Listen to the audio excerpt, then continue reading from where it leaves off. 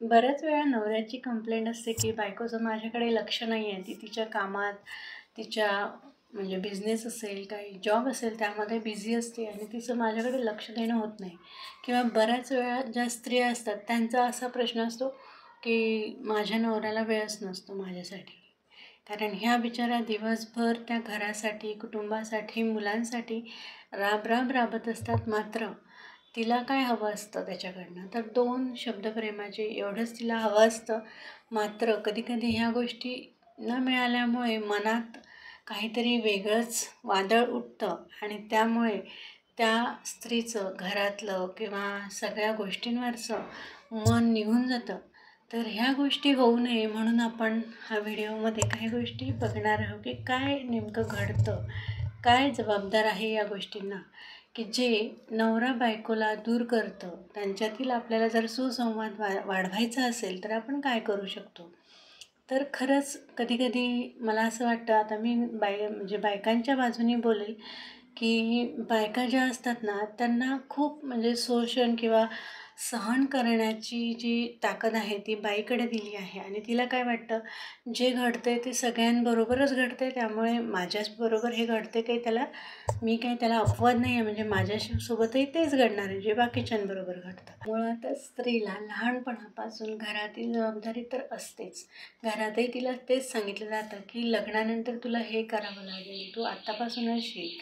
नंतर सासर माहेर यात जेव्हा ती गुंतते, नंतर प्रेग्नन्सी असेल, तिचे मूड स्विंग्स असतील, म्हणजे पिरियड्समुळे होणारे मूड स्विंग्स, कधी-कधी पोट दुखतं, कधी-कधी पाठ दुखते, ह्या सगळ्या गोष्टींना ती सामोरं जात असते.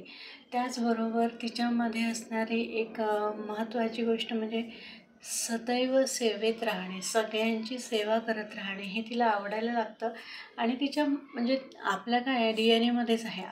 आपल्या सगळ्या स्त्रियांमध्ये ह्या गोष्टी आहेतच, की सगळ्यांची सेवा करायची आहे. कारण लहानपणापासून एक चित्र दाखवलेलं असते, की तुला सीता बनायचं आहे आणि ती सीता बनण्यासाठी लागेल ते प्रयत्न करत असतात. त्याउलट मात्र पुरुषांचं कसं आहे, की त्यांच्याकडेही जबाबदारी आहे. कुटुंबाची जबाबदारी, कधी-कधी घरामध्ये कमवता व्यक्ती म्हणून त्याच्यावर खूप मोठी जबाबदारी असते. ती आपण नाकारू शकत नाही. मात्र घरातील खूप छोट्या-छोट्या गोष्टी जेव्हा आपण म्हणतो ना, की तू काय करत असते दिवसभर?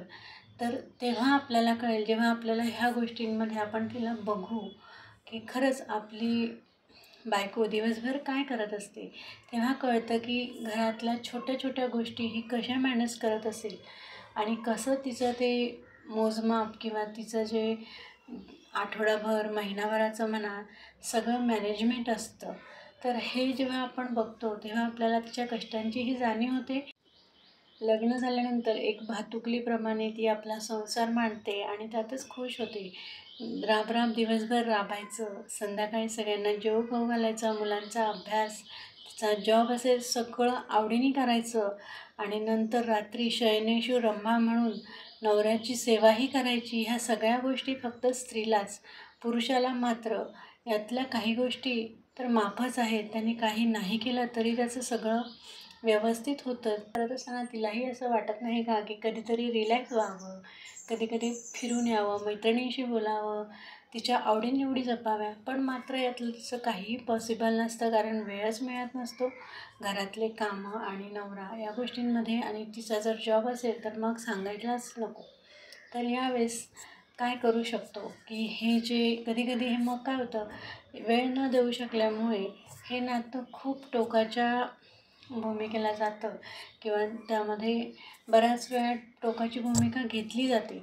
मात्र तसं होऊ द्यायचं नसेल आणि त्यातही काही जण असे आहेत, की आता मुलं आहेत, लग्न झालं आहे, सगळं सेटल झालं आहे, घर आहे. तर आता असं म्हणजे नाही का फक्त राहायचं, सोबत राहायचं म्हणून ते सोबत राहत असतात. मात्र या गोष्टीला काय अर्थ, की आपण ज्याच्यासाठी आपण सोबत राहतोय, जे आपल्याला प्रेम, जे अटेन्शन जे पाहिजे, ते यातनं जर मिळतच नाही आहे, तर मग या गोष्टीचा उपयोग तरी काय? आपल्या जीवनाचा उपयोग तरी काय? असंच मी म्हणेन. आता बऱ्याच वेळा काय होतं ना, दिवसभराच्या या कटकटीतून, या धामधुमीतून जेव्हा ती झोपते, तेव्हा 11 वाजलेले असतात. हा मात्र 10ला झोपलेला असतो. मग काय? याची झोप होते, सगळं होतं. आणि त्याला जेव्हा वाटतं तेव्हा तो बायकोला म्हणतो आहे की मला आता उठ किंवा नाही का पुढच्या गोष्टींसाठी तो तिला तयार करत असतो. मात्र किती हा अन्याय, अत्याचार किंवा तिलाही असं वाटत म्हणजे मनापासून वाटत नसतं की ही गोष्ट आपण आता करावी, कारण थकलेली असते बिचारी आणि काय करणार. या सगळ्या गोष्टींचा राग काढण्यासाठी तिच्याकडे असते एक हत्यार, ते म्हणजे नवऱ्याला नाही म्हणायचं. तर जेव्हा रात्री तो तिला उठवतो तेव्हा ती त्याला सरळ नाही म्हणतात लेडीज. तर अशी गोष्ट जेव्हा घडत असेल तेव्हा काय म्हणजे त्या नात्यामधलं जी ओढ असेल ती काय राहत असेल हे आपल्याला कळून येतं. तर ही गोष्ट कुठेतरी उघड झाली पाहिजे, ह्या गोष्टी तुम्ही बोलल्या पाहिजेत किंवा या गोष्टीवर काहीतरी मार्ग निघावा. यासाठी आपण काय करू शकतो, तर नवऱ्यांनी काही उपाय जर केले तर नक्कीच ह्या गोष्टी सुधरू शकतात, हे नातंही सुधरू शकतं. तर ती राग व्यक्त करू शकत नाही आणि मग राग व्यक्त करण्याची एकच जागा, ती म्हणजे तुमची बेडरूम. आणि बेडरूममध्ये मग हा राग व्यक्त अशा पद्धतीने केला जातो. तर हा राग व्यक्त रागाच्या जागी प्रेमात रूपांतर जर करायचं असेल तर नवऱ्याने एक गोष्ट केली तर खूप छान होईल, की काही दिवस म्हणजे 1-2 दिवस त्याने जर बायकोची जागा घेतली, शनिवार रविवार सुट्टी असते तेव्हा एकमेकांच्या काय करा ड्युट्या बदला, एकमेकांच्या घरातल्या ज्या जबाबदाऱ्या आहेत त्या बदलून बघा आणि मग ठरवा की काय करावं. दिवसभर सगळं करा का म्हणजे कामं घरातली, तिला आराम द्या, तिला चहा द्या गरमागरम, तिला छानपैकी कौतुकाने ठेवा एक दिवस आणि त्यानंतर स्वयंपाक बनवा, कधीकधी बाहेरून मेसमधून जेवण बोलवा आणि मग संडेला जेव्हा ती खूप शांत झालेली असते, तिचं रिलॅक्स तिला वाटत असतं, फिरून आणा कुठेतरी आणि मग रात्री सगळे कामांचा लोड तुम्ही घेतलेलाच असेल, प्रेस केलेली असेल कपड्यांना, मुलांच्या कपडे धुतले असतील, प्रेस केले असतील, त्यांच्या शाळेची सगळी मांडामांड म्हणजे दुसऱ्या दिवशीचं किराणा म्हणा, भाजी म्हणा, ह्या सगळ्या गोष्टी आणून ठेवल्या असतील आणि मग काय रात्री तुम्ही आता 10 वाजता झोपा. तेव्हा नेमकं काय घडेल बघा. तुमची इच्छा तरी होईल का 12 वाजता उठायची आणि काय करायची. तर याच गोष्टीवरून काय सांगू इच्छिते, की जर ती रोजच ह्या गोष्टी करते आणि आपण 1 दिवस 2 दिवस करून थकतोय आणि मग नंतर आपली पण इच्छा राहत नाही थकल्यामुळे काय करायची, तर तिचं काय होत असेल हे कधी जाणून घेतलं आहे का?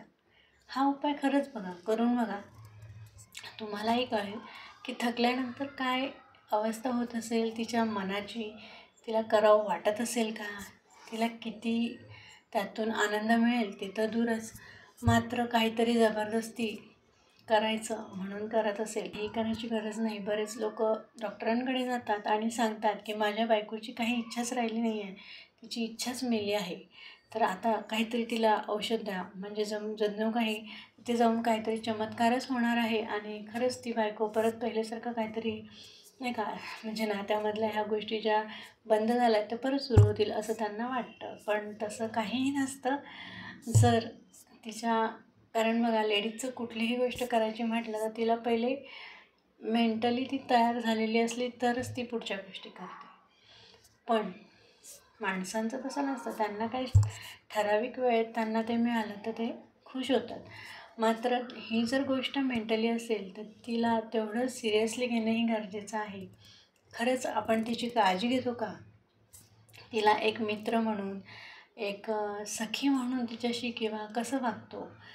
तिच्या आवडी-निवडी कधी बघतो का? तिचा छंद असेल, काही तिची म्हणजे खूप अशा छोट्या-छोट्या गोष्टी असतात, की त्या दिल्या तरीही लेडीज खुश होतात.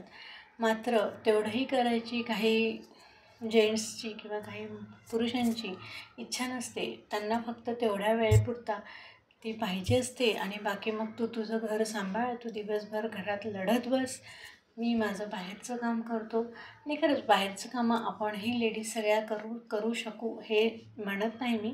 मात्र एक काय म्हणतात त्यांनी त्याच आवडीने आठवड्याभराचं काही नियोजन करून जर दोघांनी मिळून काही कामं केली तर त्यात एक गोडवा निर्माण होईल आणि काय होईल एक काय कुठलंही काम करताना जे तुमचं कम्युनिकेशन जे बोलणं होतं त्या बोलण्यातूनच हा सुसंवाद तयार होतो.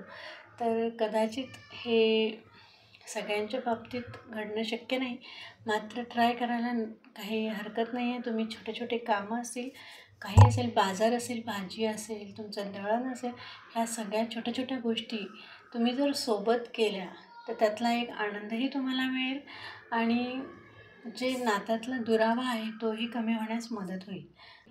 तुमचं नातं तुम्ही छान फुलवू शकता, कारण पृथ्वी तलावर बाकीच्या प्राण्यांना बोलण्याची संधी मिळाली नाही आहे, मात्र आपल्याला बोलण्याचं आपल्याला वरदान आहे आणि त्या बोलण्याच्या याच्यातनं आपण जी नाती आहेत आपली ती आणखी भरू शकतो, आणखी सुंदर बनवू शकतो.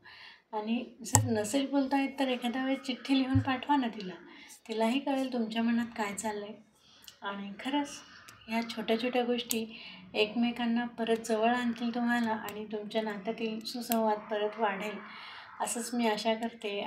रुसवे फुगवे भांडणं यातनं आपलं प्रेम वाढत असतं, हे आपल्याला माहितीच आहे. हे मैत्रीचं नातं कसं पुढे बहरता येईल हे आपल्याला विचार करायचा असतो. यासाठी कुठलाही देव येऊन चमत्कार करणार नसतो. इथे आपल्यालाच स्वतःची भूमिका घ्यायची असते. आणि बघा, जसं म्हणतात ना, सेवा केली तर मेवा मिळेल, त्या टाईपमध्ये इथेही तुम्ही अप्लाय करा. बघा, तुम्हाला चांगला एक उपाय मी सांगते. आणि आणखी म्हणजे गोळ्या, औषधं, मेडिसिन घेऊन कोणाचाही मूड बनत नसतो. तो फक्त काही क्षणापुरता असतो. पण मात्र जेव्हा तुम्हाला एक इन्व्हॉल्वमेंट किंवा एक चांगल्या प्रकारचं तुमच्या साथीदाराने तुम्हाला साथ द्यावी किंवा त्याचं नेहमीच म्हणजे फक्त तेवढ्याच वेळेसाठी नाही तर दिवसभर आणि इतर म्हणजे केव्हाही त्याच्या मनात जर एक सुंदर असं तुमचं स्थान निर्माण करायचं असेल तर तुम्हाला पहिले त्या व्यक्तीच्या आवडीनिवडी सगळ्या गोष्टी जाणून घेतल्यानंतर त्याला एक चांगली साथ द्यायची असते, एक अटेन्शन द्यायचं असतं. ह्या गोष्टी नक्कीच करा, कारण औषधं गोळ्यांनी काहीही होणार नाही आहे. यासाठी आपल्यालाच प्रयत्न करायचे असतात आणि ते छोटे छोटे प्रयत्न आपलं नातं फुलवत असतं. तर हे होते माझे काही विचार. नक्कीच तुम्हाला आवडले असतील तर मला सांगा आणि परत आपण असेच व्हिडिओ घेऊन येणार आहोत आपल्या चॅनलवर. Thanks for watching this video. Bye bye.